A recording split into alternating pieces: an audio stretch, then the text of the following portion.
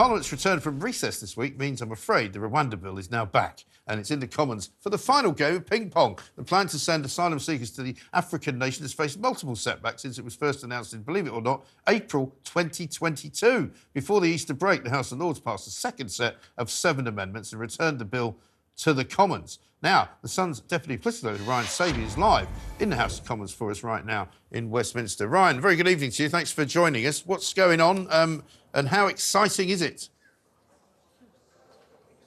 I mean, we're nearly there. We're nearly there with this legislation being passed after you know, as you say, it seems a long time ago now when Priti Patel went out to Rwanda to sign that deal. She was Home Secretary. It feels like we've had several Home Secretaries since then. But now the legislation is in the House of Commons. They'll be voting down those House of Lords amendments this evening. There's 7 there at the moment. It will go back to the House of Lords, and we may expect some ping-pong when the legislation alternates between the 2 houses. We may expect one more round of that. So we expect the legislation to be passed finally by the end of the week, but expect a tiny, tiny little bit of resistance from the House of Lords tomorrow. Right, so the voting is going on as we speak, is it? Well, they're currently debating the legislation right now, and there'll be votes somewhere around 9 o'clock tonight. So we expect all those amendments to be voted down and for the legislation literally to pass from the House of Commons just to my left to the House of Lords to my right. The legislation will physically be passed down and ready for tomorrow night, where the House of Lords have got that decision whether to add a few more amendments to the legislation. Right. And just to complicate matters, I see that they've now thrown a few other countries into the mix, to wit, Costa Rica, Botswana, the Ivory Coast and Armenia. So, I mean, the Home Office is kind of operating a bit like travel agents now, is it? Yeah, no, exactly. They've been speaking to all these countries, and some of them are actually tapped up, so to speak, at the King's coronation sort of last year. So Rishi Sunak was working his diplomatic magic at the time with where King Charles was being crowned, and you know, and it seems like some of that work may have actually paid off, with Costa Rica in particular looking like a favourite to be added to that list. But it seems like that would be a long way off. And don't forget, if you have that general election this year, Labour said they will get rid of the Rwanda policy. So, you know, I think whether we add any more countries to that is pretty much up in the air at the moment. Yeah, absolutely. Well, Ryan, listen, I appreciate your patience, and you must be as glad as I am that it's nearly over. We can actually start talking about something else, but we shall see. Ryan Savey from The Sun there. Thank you very much indeed. Time now to bring in the panel. I've got journalist at the Telegraph, Madeline Grant, here. She's here as well. Laura Dodsworth, broadcaster. Broadcaster and barrister Andrew Eagle. Very good evening to all of you. We always think, don't we? You always get this ridiculous thing now, right? Which completely puts everybody off. Anyway, they love it in the gallery. Good evening. You're just jealous, Mike. I am. I don't even have one. I don't have a sting when I say my name. All you have is like a 5-minute preamble with various cartoons of you jumping That's out. true. Things. Yeah. I know. But listen, what can I say? I don't know. It seems to me that we've been talking about this thing for ages. 2022, Gosh. 2 years ago. So it just seems bizarre, doesn't it? That we're now talking about other countries being brought into the mix. I mean, what's the point? Well, there's no point. I mean, the other countries, that's just, you know, as Ryan pointed out, this is all for the birds. You know, Rwanda, the difficulty and the expense that has gone into this scheme, the fact that of the amount that has been already spent attempting to bring this about, only a tiny fraction of that money has actually been towards the blocks and the potential settlements for refugees. The rest of it has gone directly into the coffers of the Rwandan government, who, you know, have played a blinder. They have done, frankly. Yeah. They've now got loads of nice new accommodation, which they're giving to their own people. Yeah. Brilliant. For 2 years, 2 years. I mean, how many toothbrushes has an ordinary person got for the time that it's taken? Right. They've had 2 pregnancies in that time. Oh. Yeah, but, you know, the thing is, there is a symbolic value in this tonight. The Safety of Rwanda bill isn't just about the safety of a third country to take illegal immigrants. It's about the safety of British democracy. Yeah. You know, I don't think there's any doubt that the will of the British people is that the government gets immigration and uncontrolled immigration, illegal immigration under control. I mean, how many small boat crossings are we on so far? But it's out of control. It was another record. 7,000? It was a record on Sunday. That's right. But the thing is, you know, the will of the British people and our elected government shouldn't be constantly thwarted by an unelected establishment. So, you know, whatever you think of the Rwanda bill, whether other countries involved or not, whether you think this is really going to work as a deterrent and create a hostile environment or not, the fact is it's about enacting the will of the British people and democracy.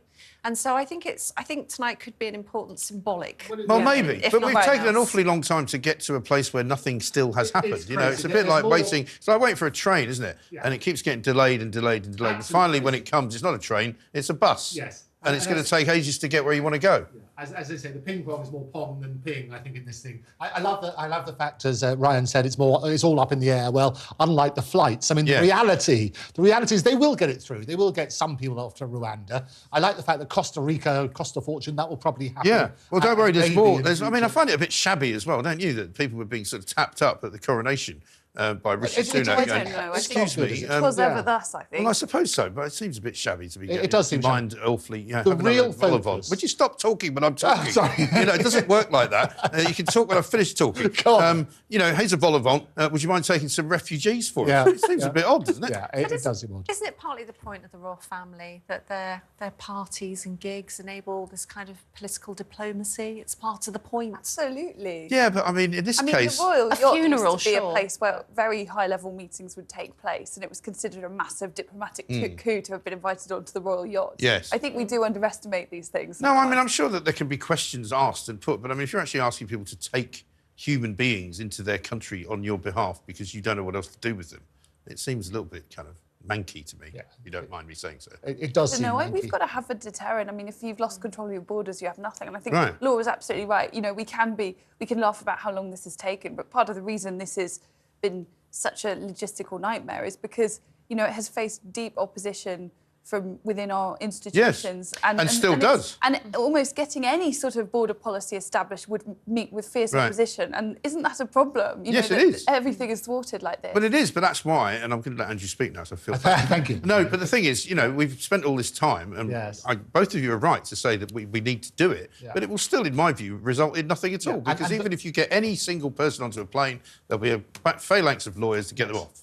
Well, I think the reality is this, is that it's the wrong focus as always. The focus has to be on the abhorrent people traffickers and looking at that sort of point. And whilst it might be one of Rishi's 5 points, we will get some people, don't stop the boats, they will get some people going to Rwanda, at least that'll be some sort of victory. But they can only process 200 people, and that's the reality. So they need to look at Costa Rica and these other places they're going to do it. But actually change the focus, change the record, and it should be look at the people traffickers. Let's stop that abhorrent trade.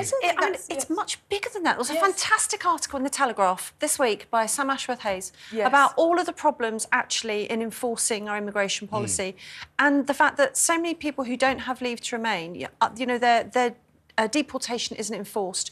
And when it comes to tribunal, something like, well, I think over 10% of tribunals aren't even attended by a Home Office representative to argue their case. We're just letting people in and then not deporting them when their time runs out. And the longer they stay, the more likely they are to find Jesus or whatever, or get married or need NHS care. And then you can't ever deport them. But that's the incentive for them to come because they know if they put their feet on the ground in Dover, they're never going to leave. Because at the end of the day, when people say, oh, but 75% of them get asylum in the end, that means they must be genuine asylum seekers. No, they get it just because they've been here so long.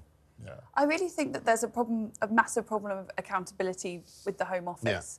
You know, the politicians bear a great deal of the blame, and I would argue, you know, that much of that is justified. But I remember there was a Home Office Select Committee recently where two of the most powerful mandarins in the country couldn't even divulge the most basic data about their own brief. And I think this is something that, I don't know, I think we may find that with a change of government, the same problems remain and we have even less will at the top to get this done. And we need to have a conversation about what's going on in the institutions as well. It's very clear that the Home Office has not been doing its job for at least 10 years, possibly longer, since Labour was in fact, when John Reid said they were not fit for purpose. They haven't got any better, they've actually got worse, haven't they? Yeah, and that's why schemes like the Safety of Rwanda bill come to pass, because there is so much resistance in civil service and in the unelected establishment to deal with this problem of uncontrolled immigration. That's why I think we do need this symbolic win. Right.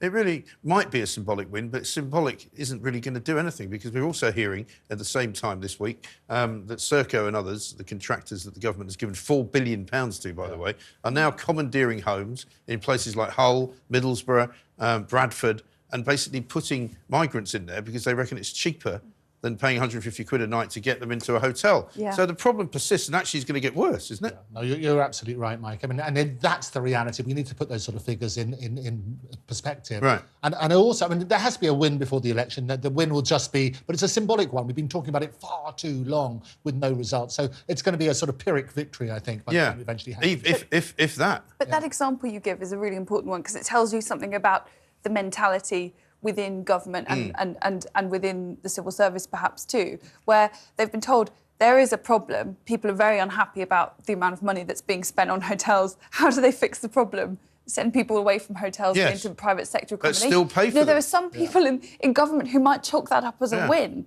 You know, that there's the kind of the sheer ignorance about.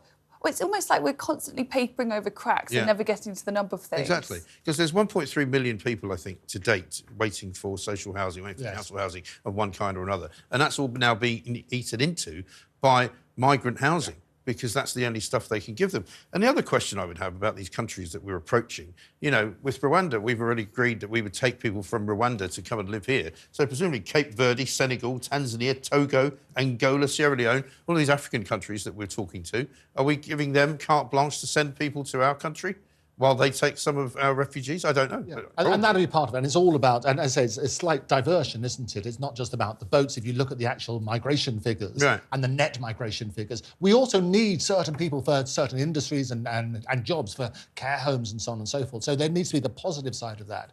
But we need to look at it as a whole. But the positive side, unfortunately, of that is that they come and then they stay and then they bring families with them and they end up being a net drain on society. But they're trying to Because, they've got five people coming and one person working. It's everything in immigration policy goes back to short-termism and papering over cracks. Yeah. It's just ridiculous. ridiculous. And also making a decision that maybe seems cheaper in the short term, but in the long run costs the public an awful lot more. Yeah. You know, rather than paying more to care workers and not incurring those long-term liabilities of the welfare state. And the whole thing is just knackered, it seems to me. It's completely and utterly knackered. It's another good result that we might leave the ECHR, though.